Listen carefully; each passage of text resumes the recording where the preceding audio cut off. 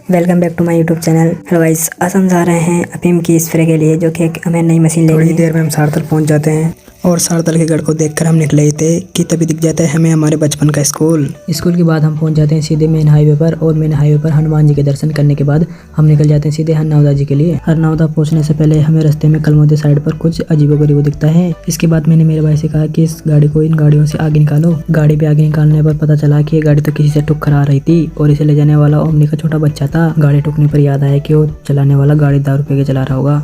और थोड़ी देर बाद हम पहुंच जाते हैं जहां पर खामखेड़ा जाने का रास्ता होता है। फाइनली हम मशीन के लिए दुकान पर पहुंच जाते हैं, लेकिन वहां पर दुकान वाला तो था ही नहीं। थोड़ी देर बाद भाई और मौसा जी मशीन को चेक करने के लिए आगे बढ़ते हैं कि शायद यही मशीन होगी जो हम लेने आए हैं। भाई और मौसा जी तो इस डिब्बे को खोलने लग गए। यह सब देखने के लिए मैं भी आगे बढ़ जाता हूँ और देखता हूँ कि इसमें क्या क्या चीजें हैं। यह सब देखने के बाद देखता हूँ कि इसमें तो इसके सामान है, पार्ट हैं, लेकिन इसके बाकी के पार्ट कहाँ हैं ये तो किसी को पता ही नहीं चल रहा था। तभी साइड वाले भैया ने कहा कि इसके अंदर हैं, और इसके अंदर से निकाले तो सभी पार्ट निकल गए। उसके बाद हम इन सामानों को बाहर निकाल के लग जाते हैं जोड़ने, और तभी दुकान वाले भैया भी आ जाते हैं। और तभी ये भैया हमें रेट और बताने लग जाते हैं कि ये चाइना का माल है। और इस मशीन की खास बात ये थी कि इस मशीन से बहुत दूर तक फव्वारा लगाया जा सकता है। और फिर क्या था, इसमें पानी डालकर लग गए इसको चेक करने के लिए। और ये क्या, इस मशीन का फव्वारा तो बहुत दूर तक जा रहा है, जैसे कि ये कोई पंप प्रेशर वाली मशीन हो। और फिर भैया से बनवा लेते हैं बिल बनवाकर बिल को करने लग जाते हैं चेक, और बिल को चेक करने के बाद दे देते हैं इनको पैसे गिनने के लिए। और बिल बनवाकर मशीन को कर देते हैं पैक। इसके बाद मशीन को लेकर निकल लेते हैं घर के लिए।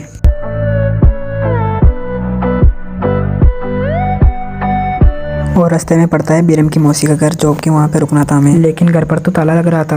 अब क्या करें, मौसी नहीं है तो क्या हुआ, मौसा तो हमारे साथ थे, उन्होंने चाय बना दी। मौसी का नाम ले ही रही थी कि मौसी तो अचानक से प्रकट हो गई और खेतों से हमारी तरफ ही आ रही थी। और मौसी भी आते साथ में हाथ बटाने लग गई और बन गई थी हमारी चाय। और चाय पीकर हम दोनों भाई निकल गए घर, क्योंकि घर से घर वालों का फोन आ रहा था बार बार। भाई बोल रहा था कि अब गाड़ी मैं नहीं चलाऊंगा, अब गाड़ी तू चलाएगा। और फिर क्या था, मैंने भी पकड़ लिया हैंडल। पीछे बैठे बैठा मेरा भाई बोल रहा है कि सामने से वीडियो बना, सामने का व्यू अच्छा आएगा। और ये पीछे बैठे बैठे देखो इसके नखरे। और थोड़ी देर में पहुंच जाते हैं हम सारतल।